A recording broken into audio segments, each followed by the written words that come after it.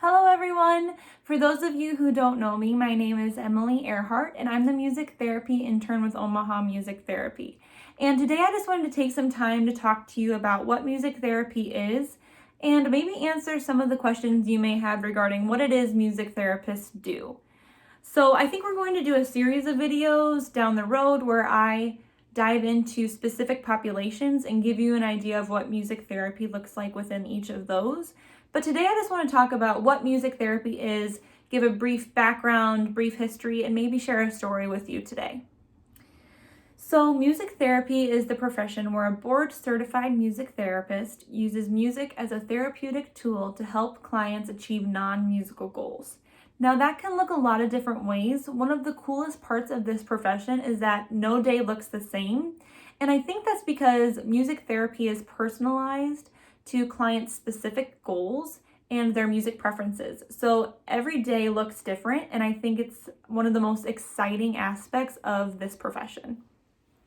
So music has been used to optimize health since the beginning of time, and the therapeutic properties of music were documented in the Old Testament, and the healing properties of music were really found post-World War II with veterans. Nurses were finding that the veterans who were using music within their healing process were actually healing quicker than the veterans who were not using music. So music has been used to help heal since forever, but music therapy became an organized clinical profession in the 1940s. And the first training program was established at Michigan State University in 1944. So we've been around for a while, and we're continuing to grow every day within the number of professionals that we have and with our research, and it's a really exciting thing to be a part of. So that's a brief history. To become a music therapist, you need a bachelor's degree. And within that bachelor's degree, students are taking a mix of psychology classes and music classes. And we are trained in a number of different music styles. And also within that 4 years of that bachelor's degree, we're taking proficiency exams in piano, guitar, and drumming. We need to be able to play those instruments well in order to help our clients achieve their goals through music.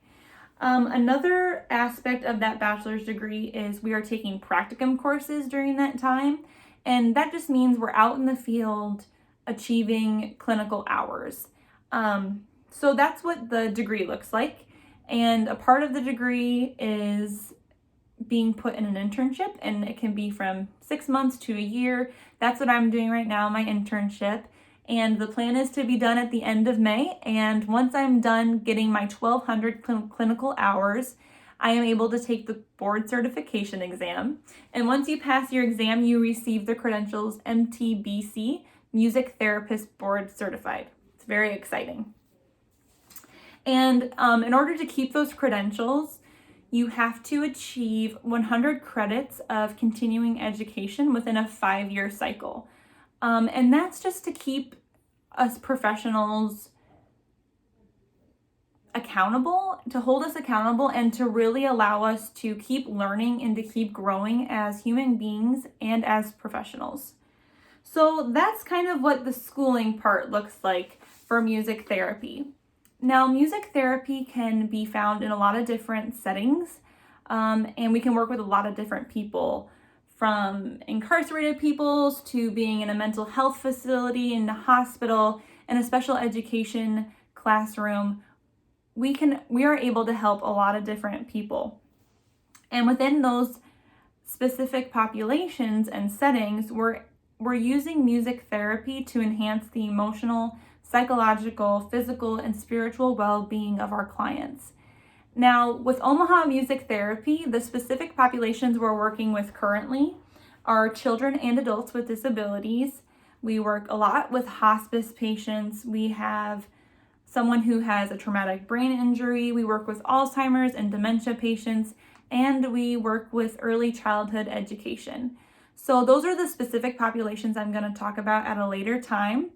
But I want to give an example and tell a story about a time where music therapy helped someone physically. I could actually see the effects of what my music and the music therapy I was using was doing to my client. So I have a hospice patient who I saw about a month ago, and I get to her room and she's laying in her bed and she's writhing in her bed and squirming and moaning, and she was crying. Her whole body was tremoring. And I get there and I ask her if she is in the mood for music, and she said yes. And now I have never seen anyone in so much pain or discomfort in my life.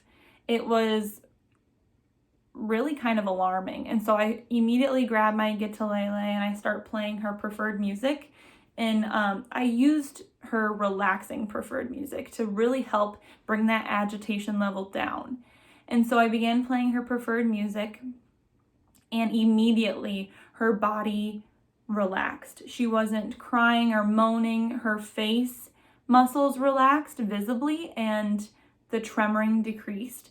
And so I played a few of her favorite songs, and in between the second song and third song, she began writhing again and moaning and crying, and her whole body was brought up to that agitation level, tremoring all over. And I immediately put my guitarlele down and grab her hand and start singing one of her favorites, Love Me Tender. And immediately she turned her head and looked at me. And this was the first time she looked at me throughout this session. And I had been there for about 30 minutes already.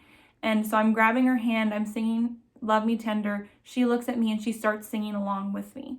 And immediately her whole body relaxed. There were no more tremors. She wasn't crying, she wasn't moaning, she was just singing with me. And so we sang a few songs together, and at the end of the session, I asked her how she was feeling, and she reported feeling relaxed. And this was a complete night and day difference from when I first walked into that room to when I left. She was relaxed and really at peace. So that's just kind of what I get to see with physical aspects of what music therapy can do. And so that's my story for you. That is all I have today about what music therapy is. And be on the lookout for my next videos where I talk about specific populations. And that's it. I hope you guys have a wonderful day.